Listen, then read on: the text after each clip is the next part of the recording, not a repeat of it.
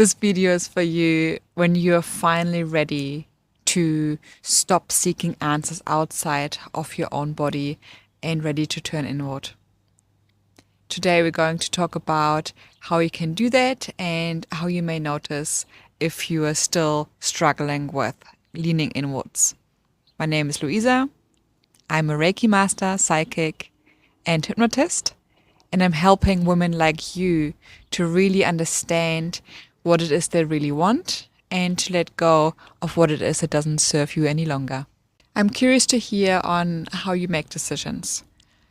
So, if you've been making decisions in a way that has been dependent on other people, instead of making decisions of how you feel in yourself and in your body, that this is something where we're diving deeper in today for you to understand what's actually happening. How does it feel different to outside answers and inside answers? When you think about all the answers you're getting from the outside world, it's often connected to what do other people think about me, or what do other people need from me.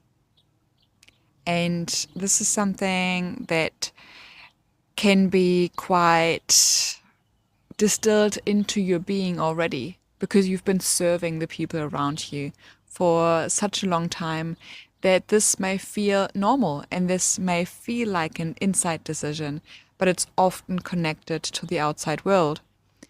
What do my kids, my husband, my partner need from me so that they can function? But this doesn't answer the question of like, how can I function? And what can they do by themselves? If your kids are now in their teenage years, 20 years old, or even moved out of the house and you're still running after them, then this is really good to hear.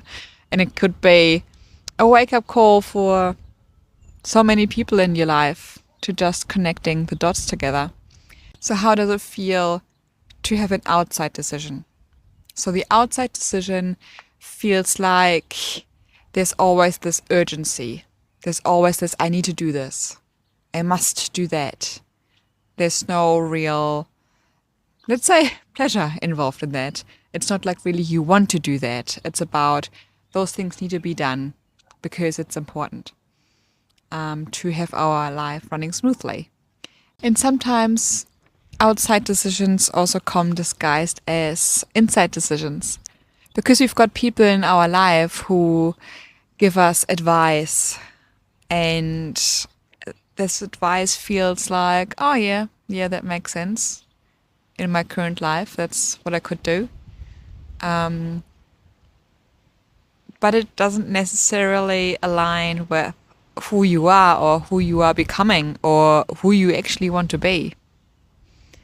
So having those outside decisions that are not necessarily made for you, disguised as helpful advice by people you trust.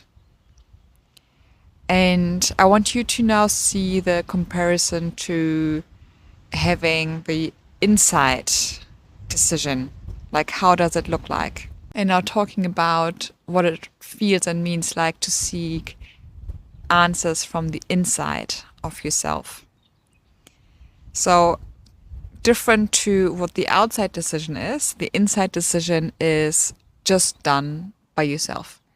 And it doesn't necessarily need to talk about logic. When I say we're taking the logic out of the conversation, I don't mean like we are going against the laws of physics and we're just doing whatever we want in life and let everything else basically fall apart behind us. I've got a bachelor's in logistics, so logical decision making is one of my biggest strengths. But since becoming more intuitive and working with women for the last 5 years, I have learned how to be more in tune with myself and learn what it means to listen to my inside voice and my intuition. And listening to what it is you really want is coming from inside. And you may be thinking, okay, yep, My brain can think all the things in the world and I really want to use it. And sometimes you may be already having this connection to your intuition and you say, in my tummy, I can feel that or that. And this is giving me the indication that this decision will be the right one for me to do. So if you can feel in your tummy, or sometimes people have like a heartache situation, or the shoulders lift by their ears when a decision is not a good idea, then I want you to listen to your body. What is it that your body wants you to do? Or which decision is it that you're making?